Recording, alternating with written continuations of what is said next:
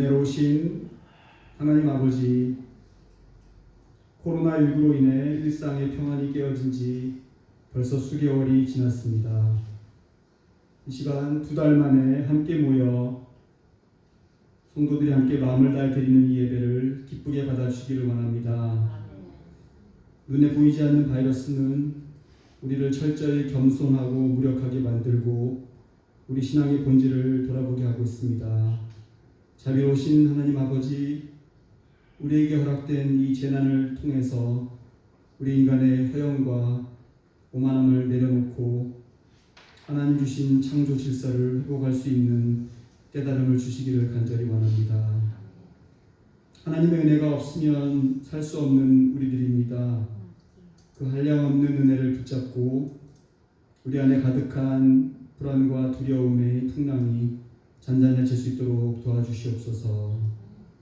특별히 교회 어르신들의 건강을 지켜주셔서 지친 일상 속에서도 하루하루 주님 주시는 기쁨과 회복을 경험할 수 있도록 동행하여 주시옵소서. 수험생을 비롯한 우리 교회에 속한 가족 한 사람 한 사람에게도 주님께서 동일한 은혜를 내려주시기 원합니다. 온 세상이 서로를 경계하고 멀리하는 이때에 이 땅의 교회들은 살아서 세상 속의 소금의 역할을 감당하게 하시고 힘든 상황 속의 선교지에서도 복음의 불씨가 꺼지지 않고 오히려 더 널리 전파될 수 있도록 도와주시옵소서. 은혜로우신 하나님 아버지, 우리 교회의 앞길을 주님 손에 의탁합니다. 지난 45년간 주님 은혜로 지켜진 이 공동체가 지역사회 가운데 계속 선한 영향력을 끼치며 믿지 않는 이들에게도 인정받는 건강하고 열린 교회가 되게 하여 주시옵소서. 우리 앞에 놓인 여러 불확실성 속에서도 온 성도가 한마음 한뜻으로 지혜롭게 실타래들을 풀어나갈 수 있도록 도와주시옵소서. 이 시간 이영원 목사님께서 우리의 정체성이라는 제목으로 말씀 전하실 때에 우리의 삶을 바꾸는 메시지가 되도록 성령 하나님께서 함께하여 주세요. 모든 성도가 서로가 기쁨과 평화를 나누는 일상이 빨리 회복되기를 간절히 기원하며 우리 주님 예수님의 이름으로 기도하였습니다.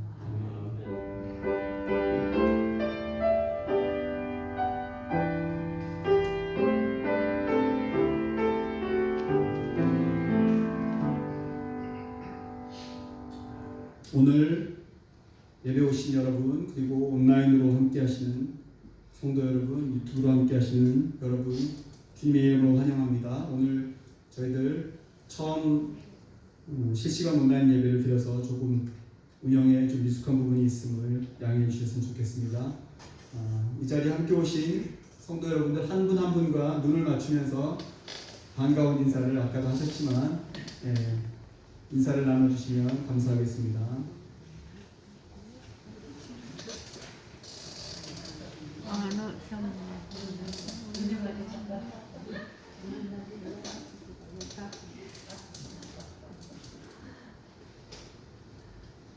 오늘 예배 후에 운영위원회 모임이 있습니다. 지난 2달 동안에 몇 가지 진행된 상황들이 있는데 다음 주에 보고 드리도록 하겠습니다. 이 시간 함께 볼 말씀은 두 군데인데요. 먼저 이사야서 43장 1절부터 7절, 이사야서 43장 1절부터 7절 같이 읽고 그리고 베드로전서 말씀 이어서 읽도록 하겠습니다. 함께 말씀을 봉독하겠습니다. 야곱아, 너를 창조하신 여호와께서 지금 말씀하시느니라. 이스라엘아, 너를 지으신 이가 말씀하시느니라. 너는 두려워하지 말라. 내가 너를 구속하였고 내가 너를 지명하여 불렀나니 너는 내 것이라. 내가 물 가운데로 지날 때에 내가 너와 함께 할 것이라. 강을 건널 때에 물이 너를 시험하지 못할 것이며 내가 불 가운데로 지날 때에도 타지도 아니할 것이요 불꽃이 너를 사르지도 못하리니 대저 나는 여호와 내 하나님이요 이스라엘의 거룩한 이요 내 구원자이니라. 내가 애굽을 너의 생명물로 구스와 스바를 너를 대신하여 주었노라. 내가 내 눈에 보배롭고 존귀하며 내가 너를 사랑하였은즉 내가 내 대신 사람들을 내어주며 백성들이 내 생명을 대신하리니 두려워하지 말라. 내가 너희와 함께하며 내 자손을 동쪽에서부터 오게 하며 서쪽에서부터 너를 모을 것이며 내가 북쪽에게 이르기를 내놓으라. 남쪽에게 이르기를 가두어 두지 말라. 내 아들들을 먼 곳에서 이끌며 내 딸들을 땅끝에서 오게 하며 내 이름으로 불려지는 모든 자 곧 나가 내 영광을 위하여 창조한 자를 오게 하라. 그를 내가 지었고 그를 내가 만들었느니라. 이어서 베드로전서 2장 9절부터 10절 말씀 이어서 함께 읽겠습니다. 그러나 너희는 택하신 족속이요 왕 같은 제사장들이요 거룩한 나라요 그의 소유가 된 백성이니 이는 너희를 어두운 데서 불러내어 그의 기이한 빛에 들어가게 하시기에 아름다운 것을 선포하게 하려 하시니라. 너희가 전에는 백성이 아니더니 이제는 하나님의 백성이요 전에는 긍휼을 얻지 못하였더니 이제는 긍휼을 얻은 자이라. 아멘. 이 시간 이영호 목사님께서 나오셔서 우리의 정체성이라는 제목으로 말씀 전해주실 때 여러분들 큰 은혜 받으시기 바랍니다. 주 안에서 귀한 성도님들 다시 뵙게 되어서 너무나 반갑습니다. 늘 기도하고 있습니다. 여러분들 모든 가정에서 건강하도록 또 이러한 코로나19의 이러한 현상이 빨리 사라질 수 있도록 기도하고 있는데 우리 온 성도들의 기도가 조속히 실현될 수 있기를 바랍니다. 안타깝게 코로나19가 아직도 수그러들지 않고 또 확산되고 있는 상황이라서 마음이 아픕니다. 이틀 전 세계보건기구 통계가 뉴스에 자주 나왔는데 전 세계적으로 지금 하루 확진자가 35만 명을 넘어서 최다치를 경신하고 있다는 기사를 보았습니다. 전 세계적으로 3,670만 명이 확진이 되었고 106만 4,622명이 코로나19로 사망을 했다라는 안타까운 소식을 접하게 되었습니다. 이러한 소식들을 접하면서 저는 우리 성도들이 건강하게 지내도록 기도하고 있고 또 같이 예배를 드리고 또 말씀을 나누면서 어떠한 말씀으로 격려를 해야 할까 그런 생각을 하다가 하나님께서 하나님의 택한 백성 유다 백성들이 바벨론에서 포로로 잡혀서 고생하고 있을 때 그들을 격려했던 말씀 오늘 이사야 43장의 말씀을 가지고 함께 하나님의 격려를 좀 붙잡고 살았으면 좋겠다 하는 그런 생각을 하게 되었습니다. 그리고 이제 설교를 준비하면서 여러 가지 기사들을 좀 읽어보게 되었는데요. 여전히 뉴스의 가장 주된 기사들은 코로나19에 관한 것이었고요. 처음 몇 달 동안은 계속 강조된 게 방역 잘하자. 코로나19 걸리면 기침이 생기고 또 열이 막 나고 폐가 망가지고 죽음에까지 이르니까 위험한 거니까 방역 조심하자. 그래서 손 자주 씻고 가능하면 집 밖에 나가지 말고 또 사회적 거리두기 하고 뭐 이런 것이 강조되었는데 계속 길어지니까 이 부작용들 또 다른 현상들이 많이 생기고 있는 걸 보았습니다. 코로나19가 초래하는 사회적인 문제들 또 심리적인 문제들이 계속 심각해지고 있는 걸 발견하게 되었습니다. 코로나19 방역을 위해서 가능한 밖에 나가지 말고 집에 있자 그랬더니 이 가정폭력 문제가 더 커진다 하는 그런 기사가 나왔습니다. 프랑스에서는 지금 가정폭력이 32%가 증가했다는 그런 기록이 있었고 세계보건기구에 하면 전 세계적으로 20% 이상이 이 가정폭력의 문제가 20% 이상 증가하게 될 것이라는 그러한 추측을 하고 있습니다.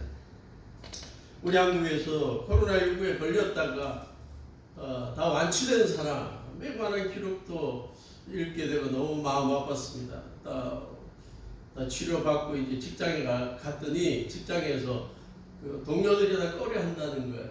그래서 그 사람이 온다는 소식을 듣고는 휴가를 낸대요. 자기들이 같이 있기가 싫다는 거죠. 두렵다는 거죠. 그래서 한 3주 휴가 갖고 와라 그래서 일주일이 지났는데 갑자기 해직 통보가 왔다 그럽니다.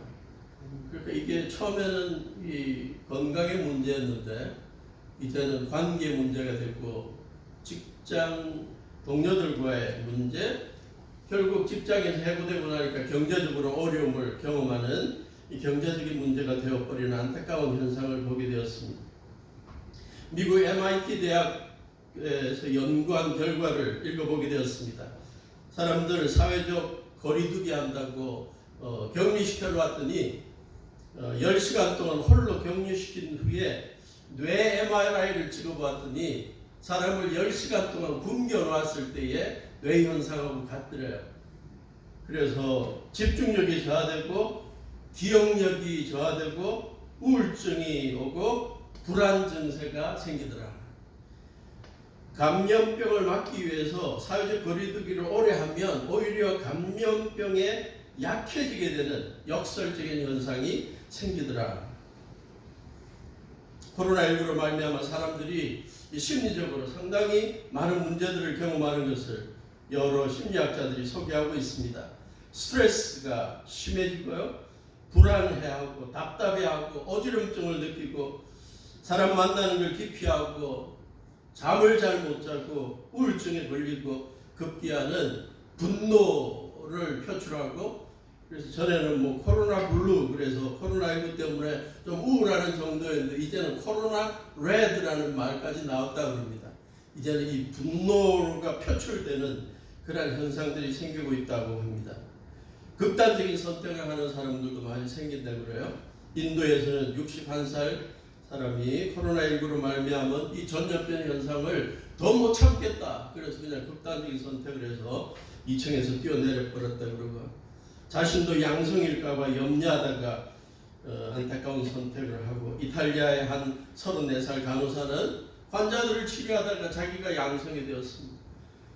자기가 확진자가 되었습니다. 그랬더니 자신 때문에 다른 사람들이 또 걸릴까 싶어서 그냥 극단적인 선택을 했다. 많은 기사들, 심리학 기사들이라면 코로나19로 말미암아 수많은 사람들이 불안, 공포를 느끼고 살고 자존감이 낮아지고 우울증과 분노를 경험하고 살고 있다고 합니다. 그런데 특이하고 흥미로운 논문 하나를 읽게 되었습니다. 유럽에서 나온 논문이더군요. European Business Review인데요. 캐나다 의사인 것 같아요. 시몬 돌란이라는 사람하고 스페인 의사 살바도르 가르시아라는 사람이 특이한 흥미로운 논문을 썼습니다. 그래서 읽어보게 되었습니다. 제목이 코로나19 스트레스, 자존감, 가치관, 저는 이걸 사명과 좀 연관지어보고 싶었습니다. 그리고 심리적인 행복, 소제목으로 우울증에 빠지거나 불안해하거나 혹은 극단적인 선택을 하는 위험들을 평가하는 방법. 굉장히 재미없게 느껴지죠. 네. 근데 저희 설교가 지금 자존감과 연관되어 있어가지고 이 자존감이라는 단어 때문에 self-esteem이라는 단어 때문에 그 어려운 걸 막 열심히 읽어보았습니다. 그러니까 몇 가지 중요한 걸 주장했는데 그들이 첫째, 자존감이 사람들의 건강과 심리적 행복에 관련이 있더라. 그건 이때까지 늘 많이 연구해 왔던 거다. 높은 자존감이 개인적인 복지, 행복, 그리고 상황에 적응하는 능력을 높여주더라. 사람이 자기 자신에 대한 존재 이유, 자기 자신에 대해서 긍정적으로 생각하는 마음, 이게 행복을 느끼게 만들고 여러 가지 어려운 상황에도 더 적응을 잘하게 만들더라는 거예요. 높은 자존감을 가진 사람들이 더 자신들의 삶에 만족하고 대인관계도 더 잘하고 문제가 적고 심리적 문제나 육체적인 질병을 적더라. 반대로 코로나19 위기 상황 속에서 자존감이 낮은 사람들이 이 코로나19를 더 힘들어하더라. 그러한 결과들을 찾아내었습니다. 친구들을 만나지 못하고 혼자 있으면서 상대적으로 더 힘들어하고 집에서 단조로운 나날을 보내면서 더 따분해하고 일자리를 잃게 되거나 경제적으로 어려워질 때 또 가족이나 주위 사람들이 목숨을 잃게 되거나 또 심하게 앓게 될 때 자존감이 낮은 사람들이 이러한 부정적인 상황들을 더 과장되게 받아들이더라. 대신 높은 자존감을 가지고 자기가 하는 일에 가치를 인정하고 사명감을 갖고 열정을 가지고 일하는 사람들, 다른 사람들을 도와주고 있다는 자부감을 가지고 있는 사람들은 코로나19의 부정적인 상황을 더 잘 적응하고 이겨내더라. 그래서 결론적으로 자존감을 높이려면 좀 이렇게 살아봐라 라고 제안하는 걸 보았습니다. 첫째, 자신을 너무 비판적으로 대하지 마라. 둘째, 자신을 다른 사람과 너무 비교하지 마라. 셋째, 긍정적인 사람들과 어울려라. 네 번째, 다른 사람들의 의견에 너무 중요성을 부여하지 마라. 자기가 실수했다고 자신을 너무 계속 꾸짖지 마라. 부정적인 생각들을 반복해서 떠올리지 마라. 매일 긍정적인 말을 외쳐라. 이게 결론이었어.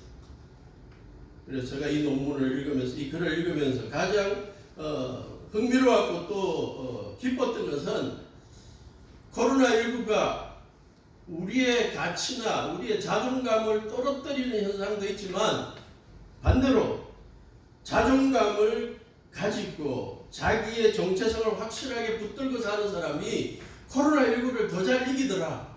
이 점이 중요한 점이라고 생각했습니다. 이 논문을 읽으면서 하나님의 말씀을 묵상해 보니, 다시 생각해 보니 하나님께서 자기 백성들을 사랑하고 지켜주시고 붙잡아 주시는 데 있어서 굉장히 중요한 한 방법이 바로 자존감을 계속 높여주는 것이었습니다. 어떤 어려운 상황 속에서도 하나님이 그들을 어떻게 대하시는지를 확실하게 깨닫고 그거 붙들고 살아오게 만드는 거예요. 이게 바로 하나님의 은혜라는 사실을 발견했습니다. 몇 가지 예를 들어볼 거예요. 아브라함입니다. 창세기 12장 1절부터 3절.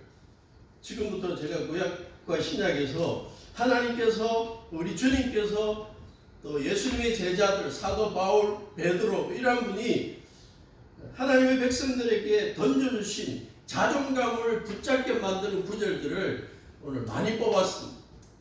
오랜만에 지금 같이 모였고 예배드리면서 지금 많은 구절들을 같이 나누기를 원합니다.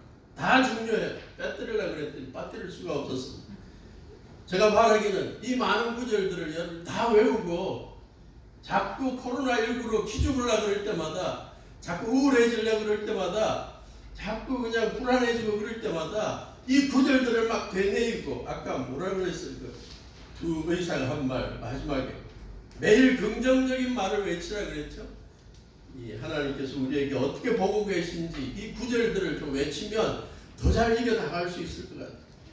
그런데 다 외우기가 힘들면 오늘 소개하는 구절들 가운데 한 구절이라도 여러분들로 만들어서 자꾸 기죽고 막 힘들어할 때마다 그 구절들을 붙들고 좀 이겨내면 좋겠습니다.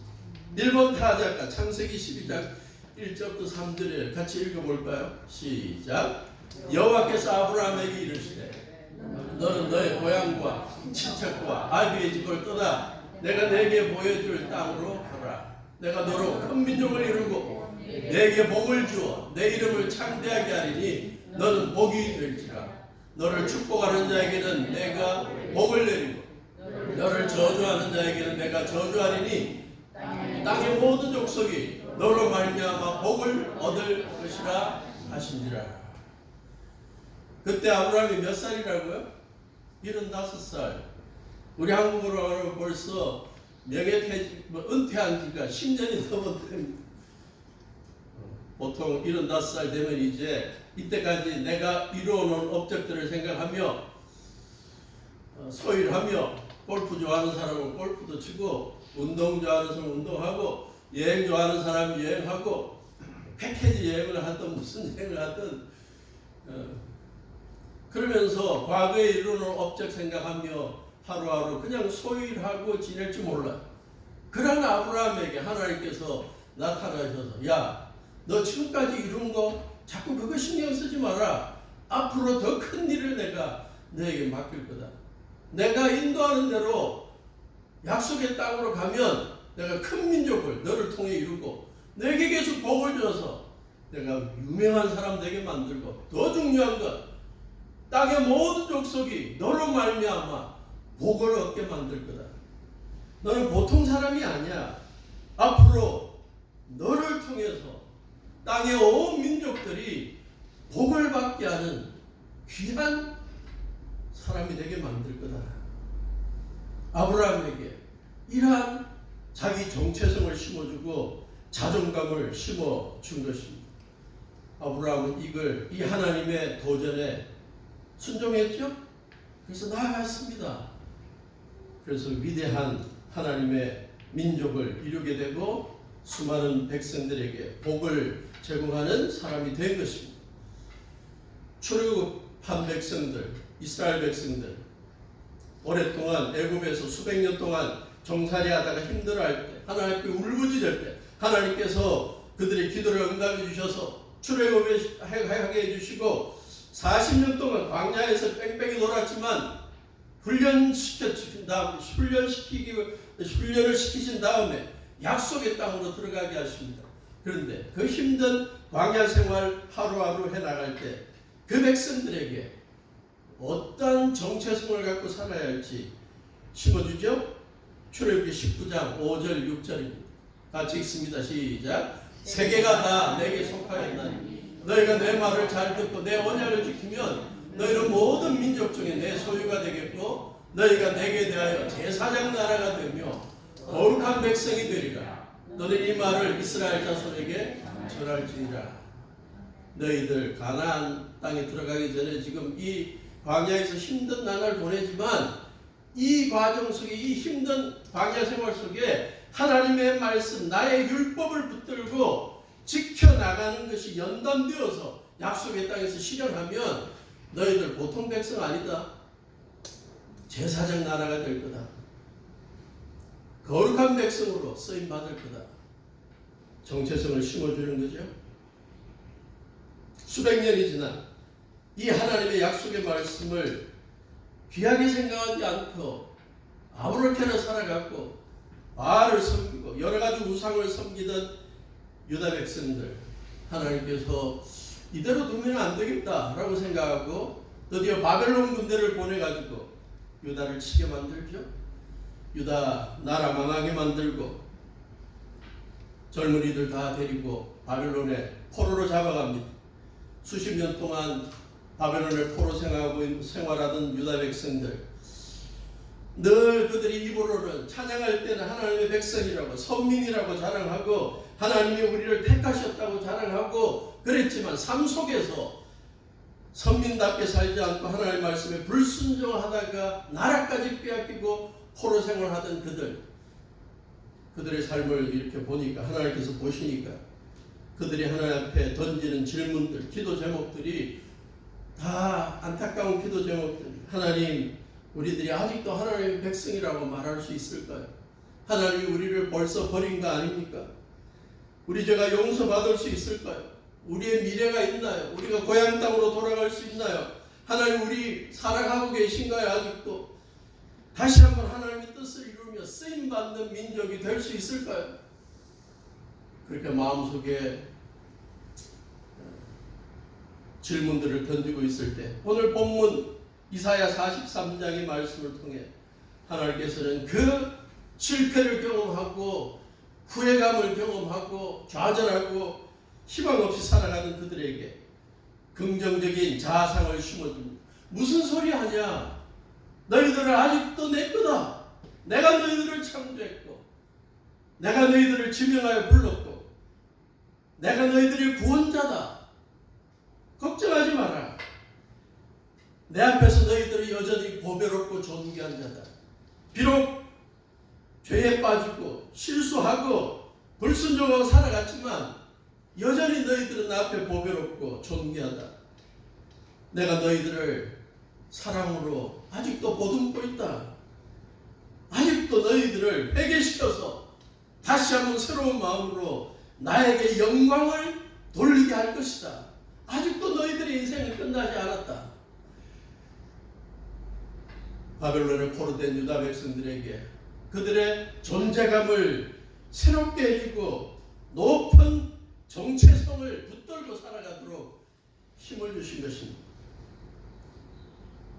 바벨론에 포로된 유다 백성들에게 주신 이 하나님의 약속의 말씀, 은혜로운 말씀은 이 어려운 시대를 살아가는 우리 그리스도인들에게도, 이 시대 하나님의 백성들에게도 적용될 수 있는 말씀이라고 믿습니다. 우리가 여전히 하나님의 백성이고 하나님이 우리의 구원자다. 예수 그리스도 하나님의 외아들 예수님이 이 땅에 보내셔서 우리의 죄값을 대신 치르기 위해 십자가에서 희생제물이 되게 하셔서 누구든지 예수님을 믿는 자 그분 앞에서 구원받게 만들고 죄로부터 벗어나게 만든다. 하나님의 자녀들 된 하나님의 백성들 보배롭고 존귀히 여겨서 땅끝까지 하나님의 사랑을 전하고 예수님의 증인되게 만드신다. 이러한 하나님의 귀한 말씀을 우리도 붙들고 살 수가 있는 것입니다. 구약에 나왔던 이러한 하나님의 백성들을 자존감을 세워주시고 정체성을 확실하게 해주시는 하나님의 말씀이 신약에도 예수님의 제자들을 비롯한 우리 그리스도인들에게도 조금 다른 표현들로 소개되고 있습니다. 우리에게 자존감을 주는 첫 구절이 요한복음 1장 10절입니다. 요한복음 1장 10절 같이 읽어볼까요? 요한복음 1장 10절 제가 구절을 잘못 12절인가요? 제가 구절을 잘못 말씀드렸나요? 요한복음 1장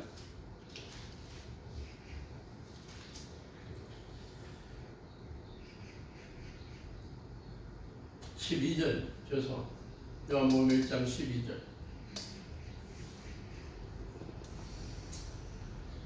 그리고 다 암송하고 계신 구절이라고 믿습니다. 영접하는 자 곧 그 이름을 믿는 자들에게는 하나님의 자녀가 되는 권세를 주셨으니 우리 그리스도인들의 정체성을 가장 확실하게 해주는 구절 가운데 하나가 바로 이 구절이죠. 예수님을 마음속에 구세주와 주님으로 영접하는 자 그들은 누가 된다고요? 뭐라고 간주한다고요? 하나님의 아들, 딸이 되게 해 주신다.